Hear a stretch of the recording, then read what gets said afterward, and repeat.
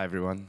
I'm Raphael. Thanks for coming to this session. I'm the CEO of Alice, and we are a social impact network that's built on Ethereum. What Alice does is basically it helps identify and scale really effective social and environmental projects. So basically, this whole presentation is going to try to unpack that. We do have a few announcements as well. I'm gonna try. I always hate demos because they can go wrong. But I'm going to demo the next evolution of the Alice platform, and then I have a little surprise for everybody at the end as well that will hopefully work. But back to this. So Alice. We've been working on this for almost 2.5 years now. The idea is that we can help identify and scale really effective social projects. And the way that we do that is basically through crypto economics. So we have incentives that are laid out to ensure that social organizations disclose their data about their impact, that ensure that data is reliable, and then mechanisms to identify the most effective projects on the network. So if you know us, it's probably because you've heard of our donation platform. So that's something that we launched last year. We ran a first project with a homelessness charity in London called St. Mungo's that was helping rough sleepers, homeless people, find accommodation, deal with mental health issues, with substance abuse issues, etc. But the key difference is that when you give to a project on Alice, your money doesn't go straight to the charity. Actually, what happens is that it gets held in escrow, so it gets frozen, and it only gets paid out when the charity can demonstrate that it's achieved its goals. And all of that, though, is through a nice little user-friendly interface. So you just go to alice.si, and you can find the project and donate. But the reason why we built this is, so I come from a background of charity, technology, and advocacy. What we've seen is that there was a real fall in public trust in the charity sector. People starting to become very cynical about charities, becoming frustrated with all the scandals, not knowing where their money is being used, all the inefficiencies, etc. It's something that's really starting to affect the sector as a whole. It's really starting to affect the level of donations that are given to charity, and we wanted to reverse that trend. So the way that it works, this is a very simplified version of our smart contract architecture, is that at the beginning of a project, the charity will set the goals that it wants to achieve with its project. So in the case of the pilot project, it was helping homeless people find a home, for example. And then donors here give to the project, but the funds are held in the escrow contract. Then what happens is that an independent validator comes along. Again, in the case of our pilot, it was the Greater London Authority, the local government of London, their housing team, goes in, verifies all the proof, approves the goals, and that triggers a payment from the donations into to the charity, essentially. So that's the basics of how the donation platform works. We gave a talk in November at DEF CON 3 explaining all of our tech stack. So we actually collect money in fiat, which means that we have to go and segregate that. We use a stablecoin system, etc., etc. Hopefully it's an interesting presentation, so you can go onto YouTube and Google that. I'm not going to talk about that today. I'm actually going to talk about the next step for the platform, which is introducing impact investments. So the big flaw with the conditional donations is that charities obviously only get paid after they achieve their goals. So the question is, how do you give them the money up front so that they can start running a project? before getting paid. And that's where impact investment comes in. So just really briefly, impact investors are the best kind of investors. They're investors who have a double bottom line. They're trying to achieve a financial return, but they're also trying to achieve a social or environmental return. So they have this double bottom line. It's a sector that's growing really quickly. But that also has a lot of bottlenecks in terms of the liquidity of investments, in terms of the cost of due diligence, in terms of just all the legal transaction costs, etc. And that's something that Alice wants to achieve, that I'm not going to dwell on too much today, but I'm going to explain how impact investors come into the whole ecosystem. So starting again with the same structure that we had before, you have donors put into the escrow account, the charity set its goals. But what happens is that impact investors will come in, provide the seed capital directly to the charity, so it can start running the project. And this time, when the validator verifies the goals, well, part of that money will be paid to the charity, as before, but a small part will also be paid to reimburse the impact investor. So that's the basic concept. I'm going to try to demo it really quickly. Whoa. Right, let me go up here. If I can find what's on the other side. Yeah. I just blew my surprise with the ethereoscope. I'm going to come to that in a second. So it might be a little bit hard to see on the screen, but basically what you have here are the donor wallets. You have the validator interface here, and then the charity that receives the money at the end. And then here you have the project wallet, which is where the funds get held. So if I start depositing money from the donor wallets,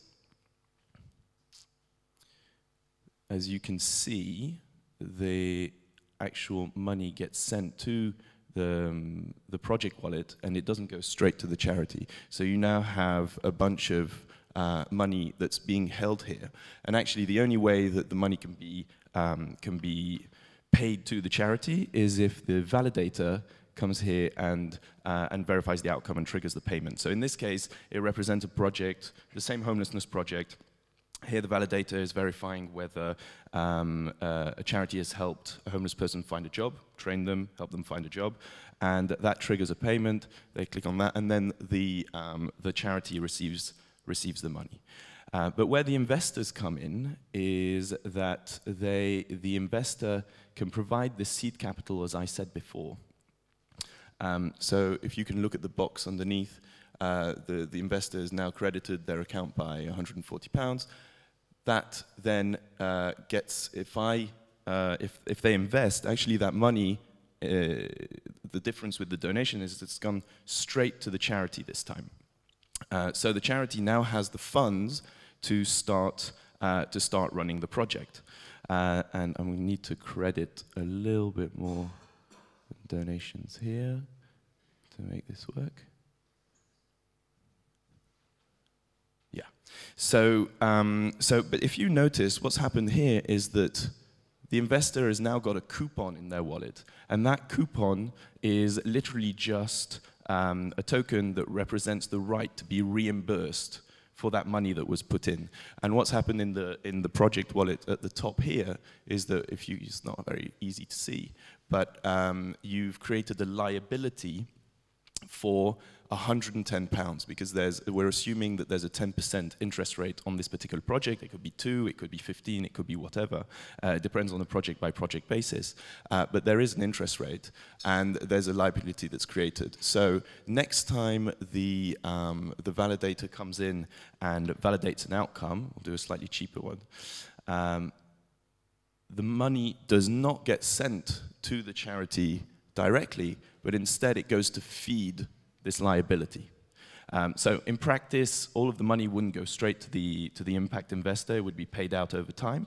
But for the purposes of the demo, that's what we're going to do. And what the investor can do then is redeem the coupon. So that burns the coupon, and they've received their money in in the wallet. So they've received the money with interest. As you can see, everything is logged here on the blockchain. So everything is perfectly transparent and verifiable. And then there are some fun things that you can do with these coupon tokens, is that you can sell them on to secondary investors. So if, say, for example, an investor only has a 5-year investment horizon, and a project that they've invested in is helping kids who get a better education, but the impact is only measured like 10 years later when they find a job, it means that they can then sell on their coupon to a secondary investor who has perfect transparency on how the project has performed to date, and that creates liquidity in the system. So that's pretty much how that works. I'm just going to finish off really briefly by explaining that there's a beyond the beyond. So beyond donations is impact investment, and then beyond impact investment is actually creating a whole integrated ecosystem. We need to build a validator market with governance protocols to ensure that if a validator becomes malicious or corrupt, then they can be swapped out. We're actually also creating a much more granular system to manage the impact data. So it's not only the binary, have these outcomes been achieved or not, but really drill into the details of each project. And the final thing that we're going to build further down the line is what I was talking about before. It's this knowledge sharing market. It's this ability to for users to take all of the data from all the different projects and really crunch that and surface the ones that are the most effective. Because really even though on the face of it we're a funding platform, actually what we're about is about the impact data. Currently, when you're looking at the impact of social or environmental projects, that data is really hard to find, first of all, because it's very siloed. It's in each organization's or in each funder's databases, individual databases. There are no standard frameworks. I mean, there are some standard frameworks, but they're not very widely used. So it's very difficult to compare projects between themselves. And so that's the real goal of the Alice platform, is to drill into that data. And this is where I wanted to finish with a really quick demo of the first step towards analyzing that data. Is what we've built something with Imperial College London with their cryptocurrency research lab, which is Ethereoscope, which is essentially just a tool to go and look at the historic state of smart contracts. So this is an open source thing. Everything's on like everything else, is on our GitHub. And we've got an instance of this running on our website that you can use as well. It's not just for our contracts. So the idea is that you can put any smart contract address in here. I'm going to use a popular one, which is ours. And just to show you, I wanted to do a live demo with one of our friends at Giveth, doing a presentation a little bit later on. I wanted to do like the whole indexing process with one of their smart contracts, but due to lack of time and paranoia, I'm not going to do that. I'm just going to show you how it works. So you put in your smart contract address, pulls up the variables of the contract, and then you can click on the variables of the contract, and then what it'll do, here it's already indexed and cached, so you can see it automatically, but it will just go back in time and take all those data points and render them in this little graph. So you can see here, actually over time, when people have donated to the pilot project, and then whenever there's a drop here, it's because there have been some outcomes that are validated that empty the project wallet of the donations that are sent to the charity. Yeah, and that's it. Thank you very much.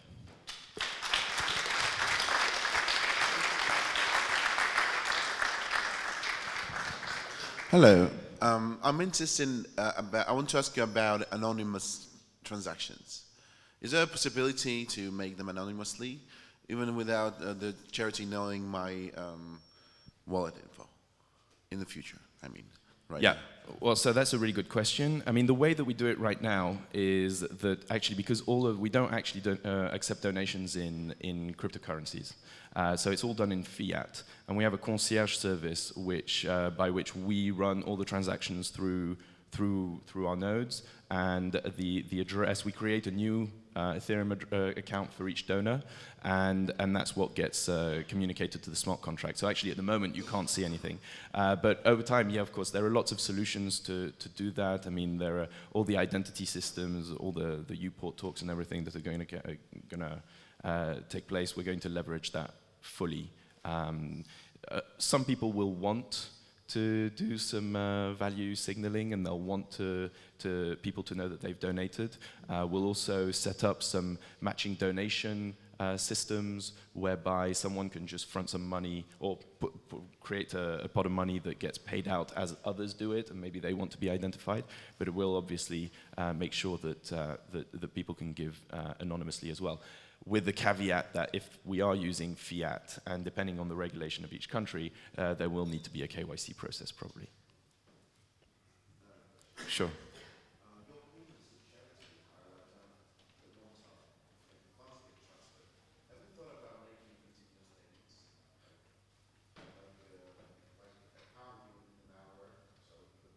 Yeah. Yeah, well, that's a really good question. So the question is, the funds get paid out immediately on the validation, but have we thought about doing gradual payments, maybe every hour or every month? Well, actually, what happens there, maybe I glossed over it a little bit, is that each outcome, each goal, has a certain amount of money attached to it. So, for example, when St. Mungo's helped someone find a home, they would receive £750. So it's not all of the money that's held in escrow that gets paid out for each outcome, it's just a certain portion of it. And we then iterate over all the donor accounts to take a small sum from each, so that it's not just the first ones who pay everything out. And they get then pinged when their money has been paid out to tell them exactly what impact their money's had. And then with that ping, they also get another ask to say, hey, can you give some more now that you've paid for your donation, so that you can carry on scaling this project. But it's a very good idea to do monthly payments, something that actually charities have been asking us for because they like their monthly payments, but it's not implemented yet. Yeah. Any other questions?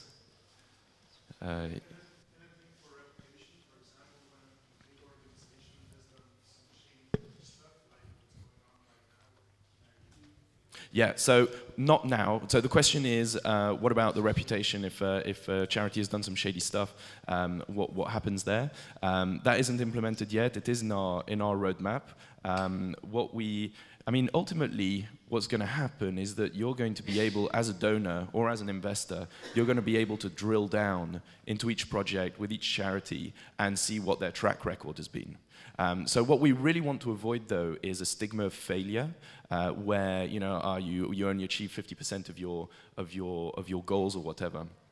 Therefore, you must be a bad charity. That's why sharing all of that data and comparing projects is so important, because it might be that it's such an insanely difficult project that you could only ever hope to get 50% of the people helped, right? But equally, if there has been any kind of a funny business going on, and a validator, for example, has had to be switched out, there are all these governance protocols and arbitration protocols that we need to put in place, and all of that will be very transparent as well. So there'll be a reputation for the charities, there'll be a reputation for the validators as well. Yeah.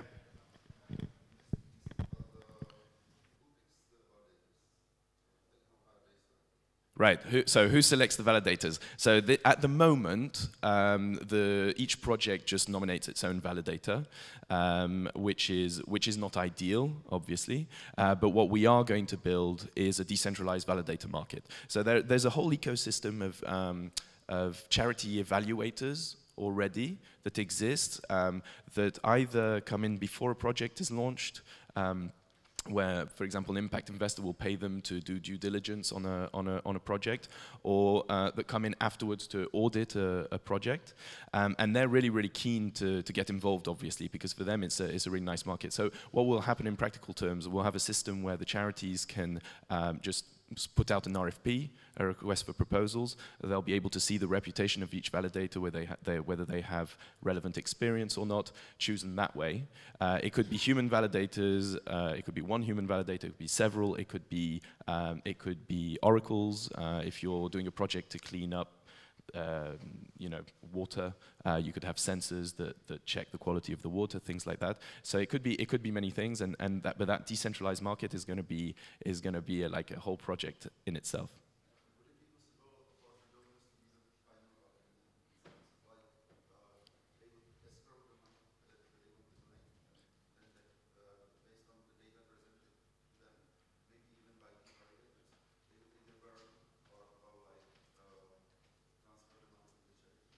Sorry, say that again.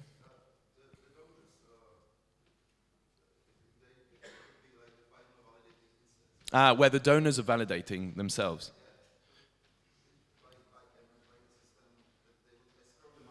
Yeah. Yeah. Yeah. They would have a choice, for example, to either burn Yeah. the money or to transfer. Yeah. So the question is, could the donors themselves be the validators, be presented with the evidence, and they can vote on whether something has happened? That is something that's possible, but it's very impractical for the majority of projects. And the reason for that is that, for example, you don't want to be giving private data about vulnerable people like homeless people, or let's say people that are benefiting from some kind of support in oppressive regimes. You really don't want everybody and their dog to be able to see all of that really sensitive personal data. So in that case, the donors couldn't act as validators, right?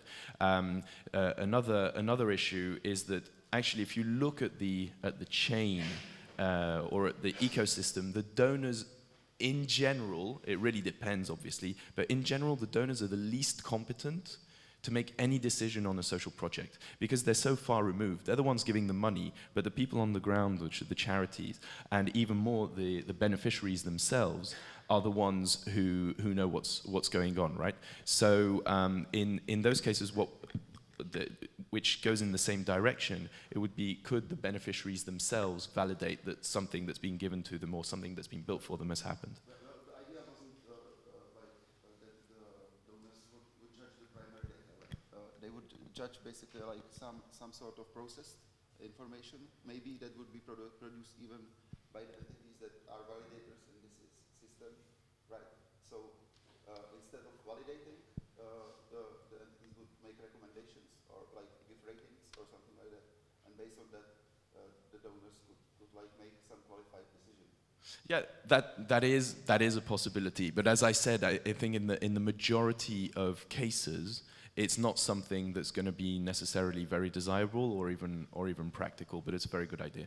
Well, it removes like this danger of like I think substantial danger of like collusion between the validators and the investors or validators and the charity and so on. Yeah. Well, Okay. Well, we can talk about that later. Yeah, please. Do you provide or do you facilitate the process of setting up these indicators, or do you provide some model measurements? Because I think this one place where it's shady. Yeah, no, so that's an excellent question. Right now, we're mainly working with big charities, and we're mainly working with. So there's a whole new set of appeals that's going to come online in the coming months. After we learned a lot from the pilot, we redeveloped a few things, and a lot of them are going to come online, but they're mainly with bigger charities, and particularly charities that are used to working on a payment by results basis, and already have existing frameworks in place to measure their goals, right?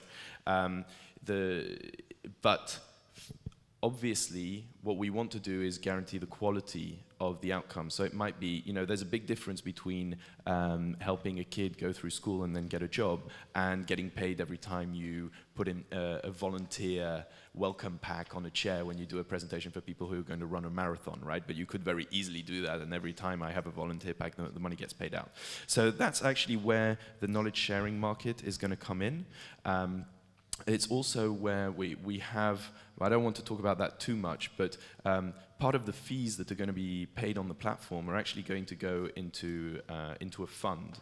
And the objective of that fund will be to allocate grants and subsidies to smaller charities and really innovative projects that have like really, really promising solutions to social issues, but that don't necessarily have the means, the resources or the expertise to do proper feasibility studies, cause and effect studies, to measure the framework adequately, to stress test it, etc. And that will go basically to prime pump the whole ecosystem. So it's not just the big boys that can launch this, but then it will be a question of creating those incentives for experts and anybody really to go into the data and say whether, you know, how to compare projects, whether these are good outcomes or not, and what's effective or not. And that's actually going to be all about the data piece, which is probably the most interesting thing about what we're building. But it's going to take time. There are a lot of frameworks out there. We have a partnership with an organization called the Impact Management Project that's been incubated by Bridges Fund Management in London, was a big impact investor, who have been working now for 2 years with something like 700 practitioners across the world, trusts, foundations, charities, CSR departments and things like that, to actually start looking at all the dimensions of impact and how people should consider them and what qualifies a good project versus a useless project, basically. Yeah. You mentioned like stopping homelessness, but then also people live in oppressive regimes or something. So, and you mentioned working with large charities. So I'm wondering how you see money transmission and working with international charities and the problems and challenges. You're right. So the question is about international payments or foreign aid and how we plan to work with that. Honestly, we're counting on others to do that. There are a lot of projects in our space that are working on remittances, on international payments, and things like that. There are a few in London that we know as well, and we're kind of waiting for them to sort that out. So that we can plug it into the platform. At the moment, we're doing it on a case-by-case basis. So in the UK, it's very easy. You know, we have all of the regulatory infrastructure. We can even do like things like gift aid. If you're from the UK, you can gift your tax rebate when you make a donation to the charity. So that's very possible. But each country has a different tax regime, so there are people who are motivated to donate because it cuts their taxes as well. We need to be able to facilitate that. The idea at the moment for international projects will be to just pay the charity directly. They generally have headquarters in the West, in the UK or the US, so to pay them that way and then allow them to figure out how they allocate that locally if they need to. But yeah, we're very open. We're trying to collaborate with as many projects as possible. So if you have a solution, you know, please come to us and we can talk about it. Sorry, if I understood correctly, when someone makes a donation, it can just be in fiat. So if this has to be stored in a smart contract, is it converted at some point in Ethereum, right? No, so right, so this was the object of the talk that we gave at DevCon 3. What happens is we can't convert into Ether because just of the sheer volatility. That's why we take in fiat, right? And St. Mungo's, it takes them up to 9 months sometimes to help someone find a flat. And if by that time the price of Ether has collapsed, then it makes it very difficult for them to plan. So what we actually do is that we take the fiat, put it in a segregated account, and then we issue a stable coin that's pegged one-to-one with what's in the account. So it's just a representation of what's been paid, and that's what interacts with the smart contract. We ran a pilot within the FCA sandbox, that's the financial regulator in the UK, with a company called Tramnex Labs, who was issuing a stablecoin crypto sterling directly on Ethereum. And now there are stablecoins popping up all over the place, like DAI and others. And we're really excited about that because we can plug those into our system. But I would say probably the end game is still to be able to accept donations in cryptocurrencies. It's just not a practical thing for the type of charities that we're working with right now. Yeah. Hey. Yeah.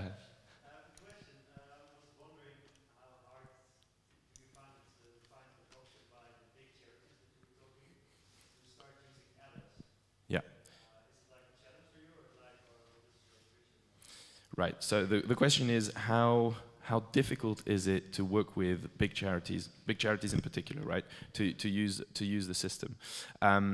So it's a mixed bag. So what we've seen is that there are two types of charities actually that are interested in what we're doing. There are the really big ones who have the resources to have an innovation team and who are messing around with blockchain, virtual reality, AI, and all kinds of things. And they're very interested in piloting stuff. And we're talking to a number of them. Lots of workshops and ideation sessions with the fundraising team and the operational team and the PR team and the tech team, obviously, to make that happen. The problem with charities is that they tend to be incredibly slow and bureaucratic for really obvious reasons, as you know, is that because there's so much regulation around the charity sector and things like that. So it takes a lot, and they're very conservative, so it takes a lot of time to make decisions. But we found that a lot of bigger charities are interested.